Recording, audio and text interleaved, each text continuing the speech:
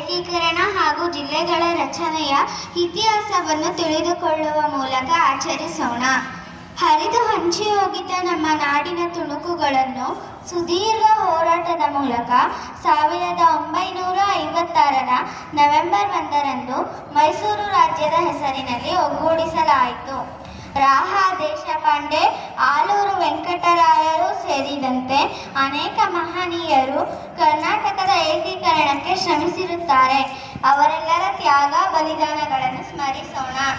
ಭೂದೇವಿ ರಾಷ್ಟ್ರಕವಿ ಕುವೆಂಪುರವರು ನಾಡಗೀತೆಯಲ್ಲಿ ಉಲ್ಲೇಖಿಸಿರುವ ಭೂದೇವಿಯ ಮಕುಟದ ನವಮಣಿಗಳಾದ ಮೈಸೂರು ರಾಜ್ಯರ ಆಳ್ವಿಕೆಗೆ ಒಳಪಟ್ಟಿದ್ದ 9 ಜಿಲ್ಲೆಗಳಾದ ಮೈಸೂರು, ಮಂಡ್ಯ, ಹಾಸನ, ಬೆಂಗಳೂರು, ಕೋಲಾರ, ತುಮಕೂರು, ಶಿವಮೊಗ್ಗ, ಚಿತ್ರದುರ್ಗ, ಚಿಕ್ಕಮಗಳೂರುಗಳ ಜೊತೆಗೆ ನೇರವಾಗಿ ಬ್ರಿಟಿಷ್ ರೆಸಿಡೆಂಟರ ಆಳ್ವಿಕೆಗೆ ಒಳಪಟ್ಟಿದ್ದ ಕೊಡಗು, ಹೈದರಾಬಾದ್ ಸಂಸ್ಥಾನದ ಬೀದರ್, ಗುಲ್ಬರ್ಗ, ರಾಯಚೂರು, ಬೊಂಬಾಯಿ ಪ್ರಾಂತ್ಯದ ಬೆಳಗಾವಿ, ಬಿಜಾಪುರ, ಧಾರವಾಡ, ಉತ್ತರ ಕನ್ನಡ, ಮದ್ರಾಸು ಪ್ರಾಂತ್ಯದ ದಕ್ಷಿಣ ಕನ್ನಡ, ಬಳ್ಳಾರಿ ಹೀಗೆ 19 ಜಿಲ್ಲೆಗಳ ಮೈಸೂರು ರಾಜ್ಯ ರಚನೆಯಾಯಿತು.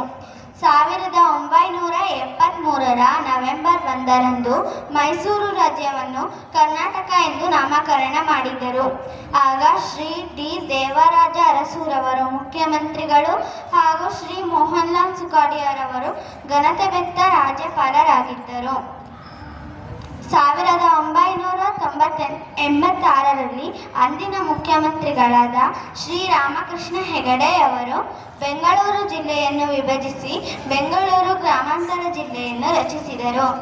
1997ರಲ್ಲಿ ಅಂದಿನ ಮುಖ್ಯಮಂತ್ರಿಗಳಾದ ಶ್ರೀ ಜೆ.ಎಚ್. ಪಟೇಲರು ಹಾಗೂ ಉಪಮುಖ್ಯಮಂತ್ರಿಗಳಾದ ಶ್ರೀ ಸಿದ್ದರಾಮಯ್ಯನವರು ಬಿಜಾಪುರದಿಂದ ಬಾಗಲಕೋಟೆ, ಮೈಸೂರಿನಿಂದ ಚಾಮರಾಜನಗರ, ಧಾರವಾಡದಿಂದ ಗದಗ ಹಾಗೂ ಹಾವೇರಿ, ರಾಯಚೂರಿನಿಂದ ಕೊಪ್ಪಳ, ಶಿವಮೊಗ್ಗ, ಚಿತ್ರದುರ್ಗ, ಬಳ್ಳಾರಿಯಿಂದ ದಾವಣಗೆರೆ, ದಕ್ಷಿಣ ಕನ್ನಡದಿಂದ ಉಡುಪಿ ಹೀಗೆ 7 ಹೊಸ ಜಿಲ್ಲೆಗಳನ್ನು ರಚಿಸಿದರು. 2007ರಲ್ಲಿ ಅಂದಿನ ಮುಖ್ಯಮಂತ್ರಿಗಳಾದ ಶ್ರೀ ಎಚ್. ಡಿ. ಕುಮಾರಸ್ವಾಮಿಯವರು ಬೆಂಗಳೂರು ಗ್ರಾಮಾಂತರ ಜಿಲ್ಲೆಯಿಂದ ಕೋಲಾರ ಜಿಲ್ಲೆಯಿಂದ ಚಿಕ್ಕಬಳ್ಳಾಪುರ ಹೀಗೆ 2 ಹೊಸ ಜಿಲ್ಲೆಗಳನ್ನು ರಚಿಸಿದರು.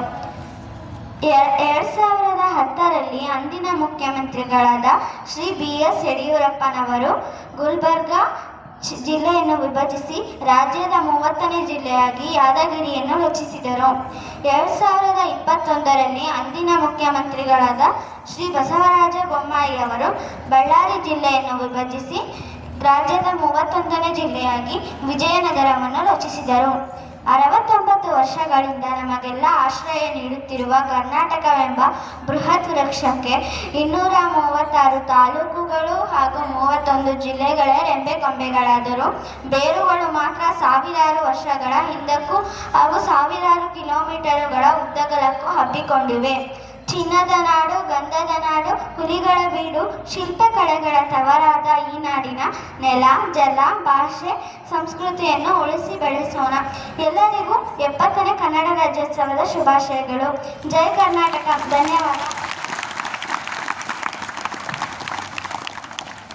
ಧನ್ಯವಾದಗಳು ಕೀರ್ತಿ.